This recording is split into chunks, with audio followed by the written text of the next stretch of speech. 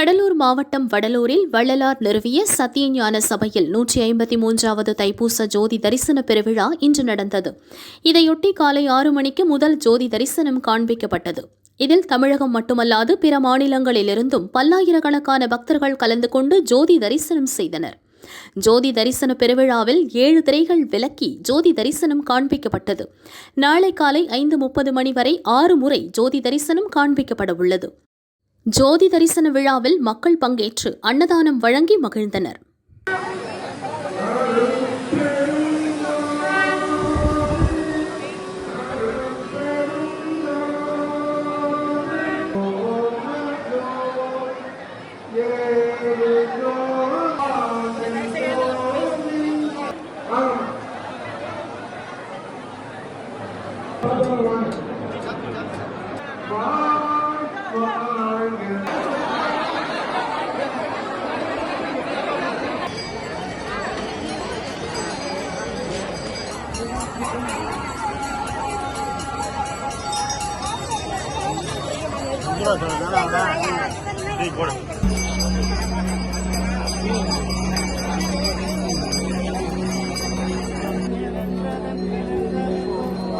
ஆனடின்றோங்கிய அருட்பெருஞ்சோதி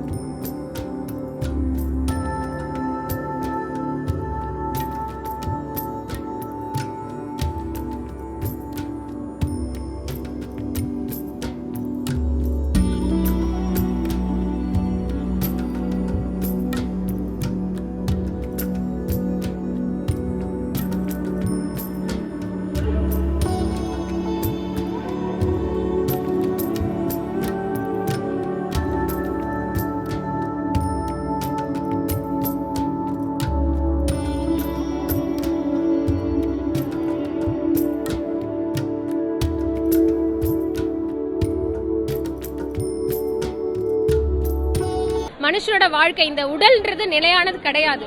உடலுக்குள்ள உயிர் ஆன்மா அப்படின்ற ஒரு தத்துவம் இருக்கு. அதை தெரிஞ்சு நம்ம வாழ்க்கையை வாழணும். வாழ்ந்துட்டு இந்த பூமிங்கிறது ஒரு என்ன சொல்றது, நமக்கு நிலையான ஒரு இடம் கிடையாது. நம்ம கடவுள் தரிசனத்தை அடைஞ்சு நம்ம நித்திய ஆன்மாவா போய் கடவுளோட ஐக்கியம் ஆகணும். அந்த ஐக்கியம் எப்படி நடக்கும் அப்படின்னா, நம்ம உடம்புக்குள்ளவே உயிர் ஆற்றலா துலங்கிக்கிட்டு இருக்காரு, கடவுள் துலங்குறாரு அப்படின்ற ஒரு விஷயத்த வள்ளல் பெருமான் வச்சிருப்பாரு. அதை ஒரு குரு வழிபாடு மூலமா நம்ம தெரிஞ்சுக்கிட்டு அதுபடி வாழ்க்கை வாழணும். அதுல முக்கியமா அவர் சொல்ற விஷயம் என்னன்னா, சைவ நெறியில இருங்க.